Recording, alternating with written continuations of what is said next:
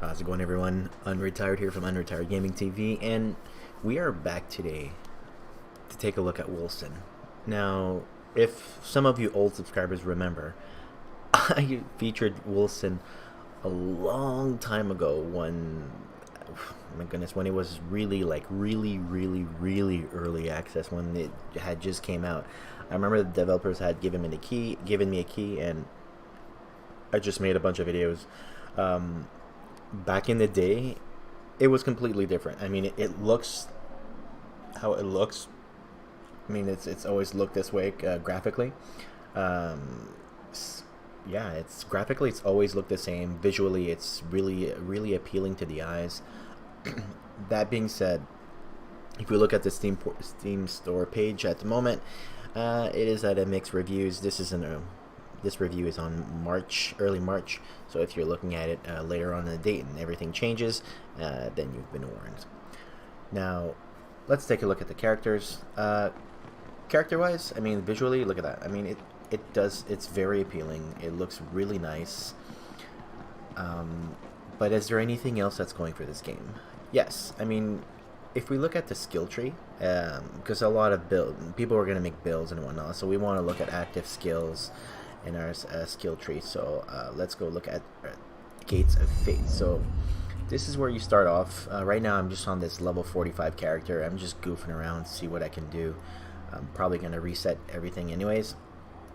But you start off, there's three classes basically. You have your fighter, you have your ranger, rogue, however you want to see it, and you have your wizard, sorcerers. So you can mix and match this, and you can really you can turn this if you want to see how that changes, and that connects all the points. So if we don't, I want to put that back actually.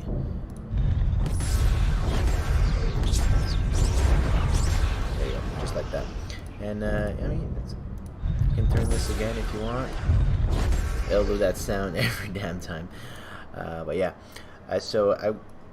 It's fairly well done. This reminds me of Path of Exile, except it's way less complicated, and you have the option of turning the Gate of Fate around to switch over points, depending on the playstyle that you're currently at, or dungeon, or if you're in a group and whatnot. I'm currently playing offline. Online was a complete mess when it first started off. The servers were just kaput. It didn't work very well. Nodes such as the skills, with, let's say, covert operative, stuff like that, still sometimes work and don't work, and sometimes you don't even realize if it's working or not, because you don't really see, there's no, when you're attacking whatnot, you don't really see if it's working or not, right? Visually sometimes you'll see it is, but most times you're not, it seems like it's not. You also have well, obviously your inventory stash, your stash. You can have your points here, your money. These are meant to buy skills right here. Well, you can just buy skills if you want from here. Skills are quite unique in their own way. They work as such. You see here the skill tags. It says warrior. It's for attacking, only usable with melee weapons. Same thing. If you go down, attack warrior. This one is spell specific, so you need to be using a staff or a catalyst. I had that sort of time. And you're talking over me. So yeah, and spells do level up as well. So as you can see, I have a bunch of spells here, like wailing arrows, because I'm using dual pistols at the moment. I have wailing arrows, I have phantom blades, mark of impunity, and so on and so forth. So it kind of works that way. You can switch over your skills if you want. You just need to go to your skill tab, which is active skills here, S, and you can just switch them over. And you can also choose, let's go back here, my skill, the additional points into your skills. So let's say you don't want this, and this. Actually, I do want this. These are my points here, but you can actually change this up, and it goes up until level 47. Right here. You do have duplicate skills or duplicated skills 1 and 2, so it's exactly the same thing if you have it once or twice here. So yeah, I mean, that's pretty much how it works for skills. You can choose however you see fit. You only have 7 assigned modifier points for that. You can just press reset and it'll just reset for you like that. So yeah, you have you can customize, which is pretty cool. The storyline. The storyline is all right. If the achievements are any kind of indicator, I've noticed that a lot of people haven't even finished Act 1. I did the whole thing. I did everything. I did the whole storyline. It was all right. I feel as if it was kind of rushed, so to speak. And the scale and difficulty gets from really super easy to like, what the hell am I doing? Like, what's going on? So they really need to kind of work on the scaling of difficulty in that regards. Or as well, you need to take a look at your own kind of build, work around it, gear and whatnot. There is another aspect which is pretty cool, which is aspects of Apocalypse. So right now I only got 3 out of the 4. Actually, you can unlock it because I need another point. And these is when you accumulate enough of the energy that you need for this, you can actually summon it. So once you summon it, you actually turn into one of these aspects for a very select amount of time, and you can do all of these skills. Now, this is probably one of the most awesome parts of the combat, is when you are able to turn into these aspects. It's really nice. I haven't tried it off. I haven't tried it off in the online aspect, but offline it looks really nice. It's very smooth. Well, for me, it was very smooth. I don't know about online. It might lag. I just don't want to attempt online anymore because it just keeps bumming me out. But yeah, this is really cool. Gear wise, looks good. I mean, you have 2 pauldrons that you can put your shoulders, your arms, everything that you can have. Amulets, your rings. Just like any other kind of ARPG, nowadays you have sockets and you have gem sizes as well. I'll just show you the stash here. You do have legendaries and you do have uniques as well. As of now, this is pretty much all I've gotten for legendaries. That's it. And I've gotten more unique. I think I've gotten more in 1, 2, 3, 4, 5, 6. 1, 2, 3, 4, 5. See, I've gotten more uniques than I've gotten legendaries. I've had people tell me that they've gotten so many legendaries, and I'm just like, what are you doing? Like, I have gotten Zippos after these 5. So yeah, I usually just collect gear that has 3 sockets, unless it's a really, really good piece of gear. I'll go here to Zennifer Stark, so you wish to harness the secret I'll change power it. I can of re-roll the socket, so I can put, let's say I can do this, put it here, then I can re-roll items. I can change the defensive socket, or if I wanted to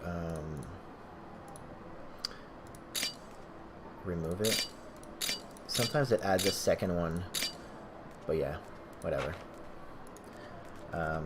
They must have fixed that, because I would usually get 2 or 3 additional Remember sockets. to polish your rims to keep them unless sparkling. I haven't played in a while, so they must have really changed everything. Hello there, in friend. that regards. Please browse my This is wares. vendors, same thing as usual. They used to have player housing, which I really liked, but I guess some people didn't like it, or the developers didn't like it. I guess they're fix for that is to So good of you to grace us with your presence, my lord. There are some matters to discuss, I believe. Yeah, whatever. So it's basically, it's based on productivity. So let's go look at our Stormfall Palace. Please go ahead, my lord. And it'll just show us await your instruction. what we can do. Let's say planning committee, like it'll cost me 50,000, which is not a problem. I don't need any Umbra, but I need 1,000 productivity. So you do dungeons or longer dungeons to do that. So you can do mandates, which are here. Mandates are very, very short. It doesn't really take that much time. Or we can do an expedition map. So right now I'm just at Adept. This you can unlock it as you unlock additional things in your palace and whatnot. Now, my big complaint about that is that it's a huge grind. Let's just go back here. It is a huge grind. Let's take a look at this. Like 2,000 productivity. Greetings, my. The city. 3,000, 100,000. Like really, like. My lord, when I see that, it doesn't give sorry. me an impression that I want to be playing for hundreds or 1,000 hours. Like, come in, my I got friend. literally almost 3,000 hours played in Grim Dawn, and this is the replayability is there. Now the replayability factor is there here, but the grind is just ridiculous. I mean, let's just what do you adapt. want? You can also put a map slot, which would be right here, and as you can see, the map slot says access a dungeon with a higher amount of chests. So you can do this here, and we can roll with additional modifiers. So I'll be here as always. So you can just add this. Doesn't matter. Let's just add another one. The more you add, the more loot bonuses from the modifiers go up. So you can see here, it adds. So players have 3%, 31%. So you don't want that. So let's just do occult resistance. Because I don't do occult damage, so that's fine. And as you can see, our modifiers actually went up. So let's try to call them max transfer. It doesn't really matter. Let's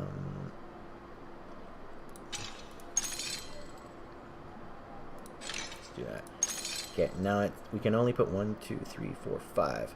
Now, whoop. There you go. So now it says enter the portal, and what happens is that the higher you go, the more productivity. The longer you go in the higher productivity you get. So you can choose to add randomizers to this area, increasing difficulty.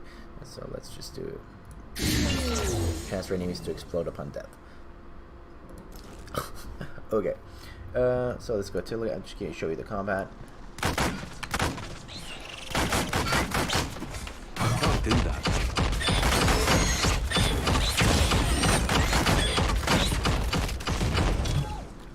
So there you go. That's your chance of exploding.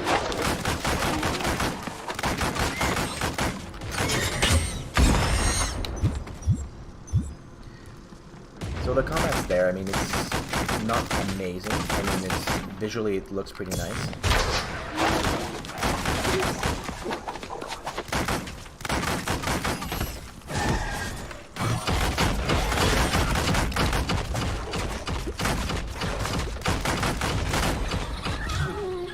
And this is the kind of gear that drops blues and commons, legendaries, magic. What I'm looking for are uniques and legendaries, which never seem to drop for me. But yeah, that's pretty much it for the game itself. Would I recommend you buying it at the moment? I want to say yes, but if it's on sale, definitely get it. It's a good buy. But right now on full price, like in Canadian dollars, I think it's $45, which I think it's much higher than what it actually should be. I mean, they can put whatever price they want, but in my opinion, I think 45 is a bit too high.